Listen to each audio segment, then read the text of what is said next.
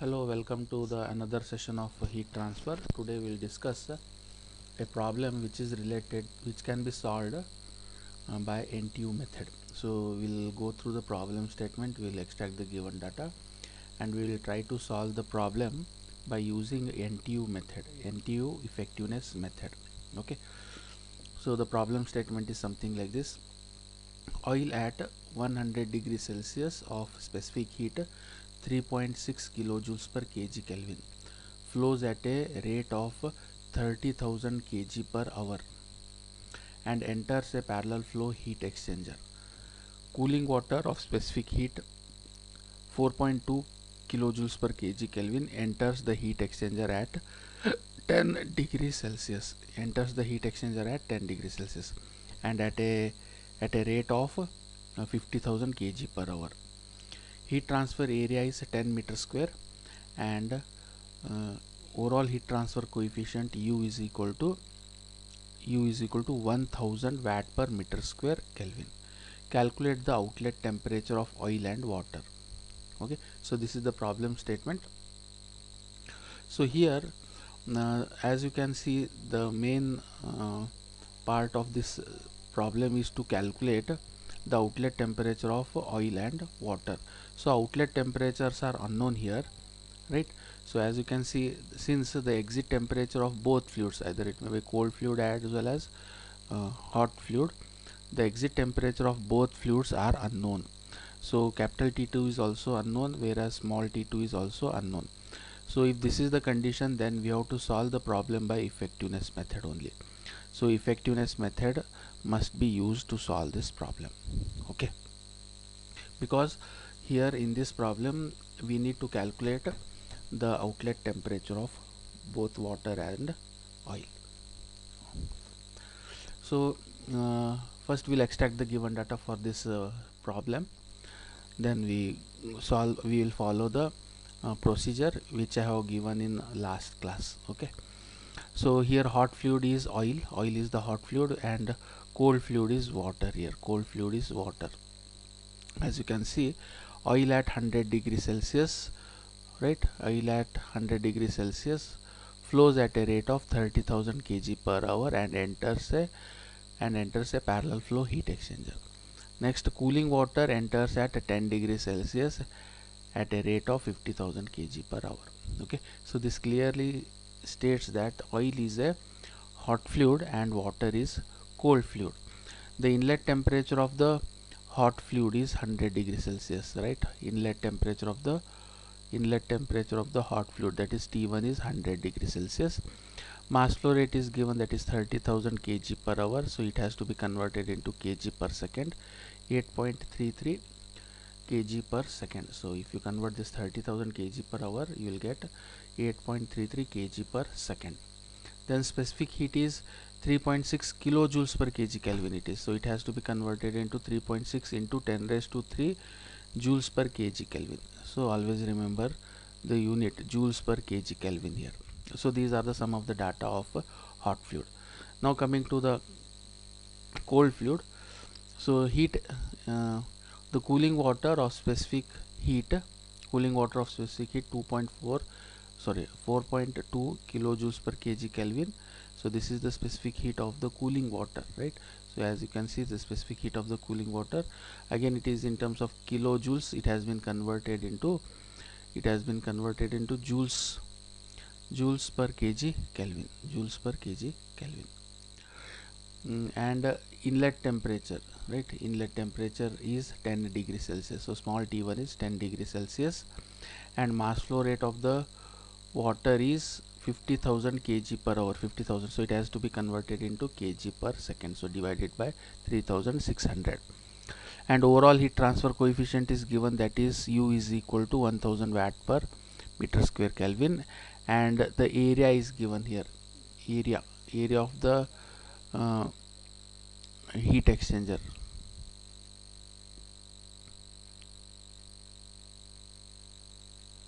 So area is given, that is heat transfer area is 10 meter square, so it is clearly mentioned here, heat transfer area is 10 meters square, so area is 10 meters square. So here we need to calculate outlet temperature of oil and water. So outlet temperature of oil is T2 and outlet temperature of water is T2, small t2 it is, okay. And along with that, here the water enters in a parallel flow heat exchanger. So the condition is parallel flow. So type of the heat exchanger is parallel flow heat exchanger. It is clearly mentioned, okay. Now we will follow the procedure which I have given in the last class. So this is the procedure, as you can see. So this is the procedure, right? This is the procedure for effectiveness method. This is the procedure. So the very first condition is if the exit temperatures of both fluids are unknown, then you have to follow this method. Okay, first you have to identify the type of heat exchanger. So in this case, the type of heat exchanger is parallel flow heat exchanger. Then you have to calculate for heat capacity of hot fluid and heat capacity of cold fluid. So once you calculate the heat capacity of both the fluids, hot fluid as well as cold fluid, identify C minimum and C max, C minimum and C max, and then you have to calculate for heat capacity ratio, right? Heat capacity ratio, that is C minimum by C max. Okay, first we will do the first three steps of the procedure. We will go with the first three steps of the procedure.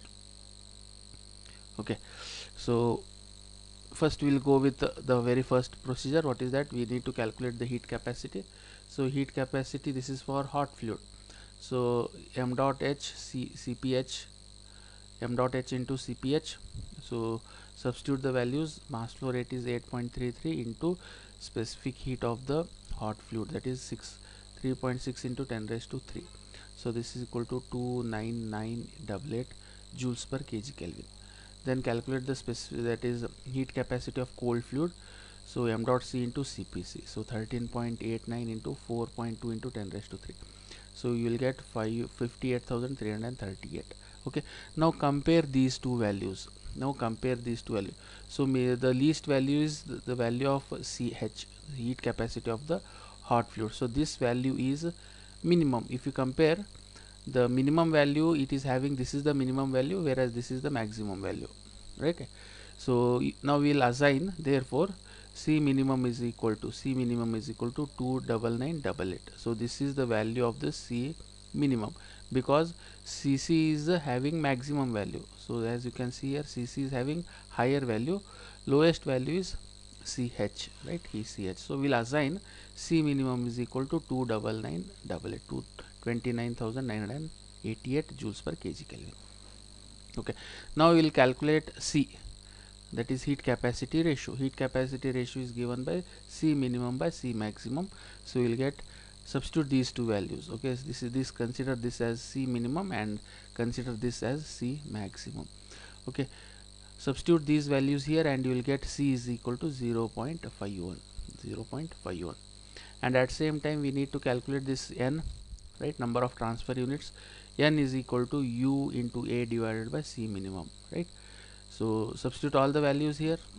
U is 1000, area is 10 meter square, and C minimum is 29,988. So you will get N is equal to 0.333. Okay, so now we will go with the expression of this effectiveness expression from the data handbook. We will go.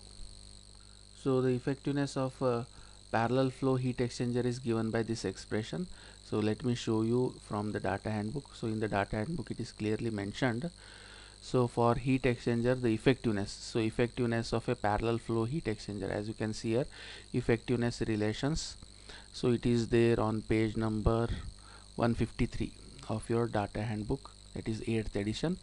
So for parallel flow heat exchanger, effectiveness is given by 1 minus exp of minus n into bracket 1 plus c close the bracket divided by 1 plus c.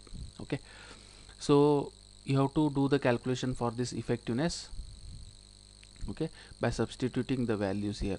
So effectiveness is given by 1 minus exp of minus n into bracket 1 plus c divided by 1 plus c. So substitute all the values. So this whatever you are seeing in this square bracket, so this is e raised to, it is 1 minus e raised to, it is, right? So operate the calculators carefully. So you will get the effectiveness value as 0.2617, right? 0.2617 or 26.17%, right? So this is the value of effectiveness that you are getting, right? Okay, now we'll go with the next part of the procedure. We'll go with the procedure next part. So as we have done up to equation up to the point number 5. So up to the point number 5 we have completed. Then we will calculate the value of Q. So Q is equal to effectiveness multiplied by C minimum into T1 minus T1. So this is the rate of heat transfer through a heat exchanger with inlet temperature only, with inlet temperatures. So T1 is the inlet temperature of hot fluid and small t1 is the inlet temperature of the cold fluid. Okay, so later on we need to calculate the rate, that is T2, that is exit temperature of the hot fluid, using this relation Q is equal to m dot h Cph into bracket T1 minus T2. So from this we can calculate T2, and with again one more equation, Q is equal to m dot c Cpc into bracket T2 minus T1. So from this equation also we need to calculate this T2. So these two are the exit temperature of hot fluid. So T2 is the exit temperature of the hot fluid and small t2 is the exit temperature of the cold fluid. So now we will go with that part. Okay, so we will calculate this. So Q is equal to effectiveness multiplied by C minimum into bracket T1 minus T1. So this expression is also there in your data handbook. It is at page number, so you can see 152. So page number 152 you can observe here, 152. So the equation is here, Q is equal to efficiency multiplied by C minimum into bracket T1 minus T1. So this is the expression that you have to utilize. Okay,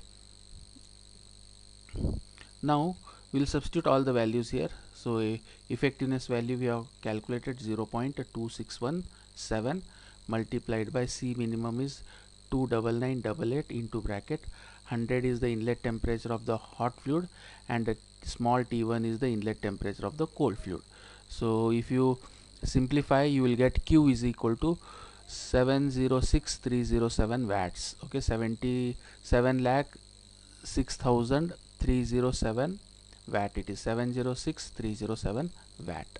Okay, now we have to make use of this heat lost by the hot fluid is given by. So Q is equal to heat lost by the hot fluid is given by m dot h Cph into bracket T1 minus T2. So here T2 is the only unknown, as you can see here. So substitute all the values and calculate for this T2. T2 is the exit temperature of the hot fluid. So just equate the values here. 706,307 is equal to 8.33 into 3.6 into 10 raised to 3.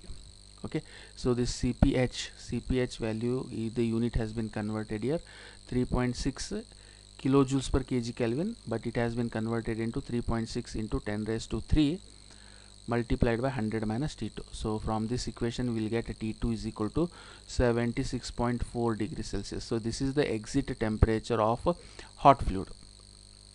Next we have to go with the equation Q is equal to heat lost by the hot fluid is equal to heat gained by the cold fluid. So this is the equation for heat gained by the cold fluid. Q is equal to m dot c Cpc into bracket T2 minus T1. So small t2 is the only unknown.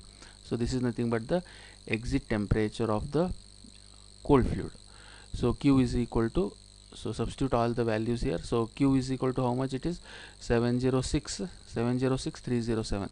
So substitute the value of Q as 706,307 is equal to 13.89 into 4.2 into 10 raised to 3 into T2 minus 10. So we'll get T2 exit temperature of the cold fluid as 22.10 degrees Celsius. 22.10 degrees Celsius. Okay, so this is the procedure that you have to follow to calculate the exit temperatures of the heat exchangers. Okay, so this method we call it as NTU method. Okay, so let me show you some of the important that is relations which are there in your data handbook. Okay, so So this is the equation for Q is equal to, so in NTU method this is the equation that is to be utilized. And to calculate N, as I told you, N is equal to AU divided by C minimum. Okay, let me show you where this equation is. So N is equal to, so this equation number 4, so it is also there in your data handbook. So N is equal to, so number of transfer units, N or NTU, AU divided by C minimum it is. Okay, then there is one more equation, right?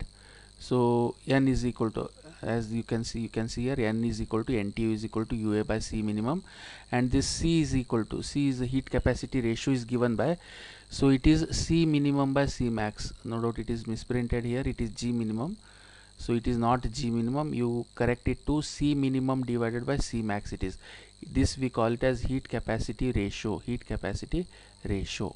Okay, so these are the effectiveness equations for different types of heat exchangers. As you can see, this is for parallel flow heat exchanger, this is for counter flow heat exchanger, this is for cross flow with both fluids unmixed, this is for cross flow with both fluids mixed. Okay, so these are the some of the important relations. So all the relations you will get in the data handbook itself. The only thing you have to remember the procedure to solve it. Okay, hope you understood this. Okay, thank you all of you.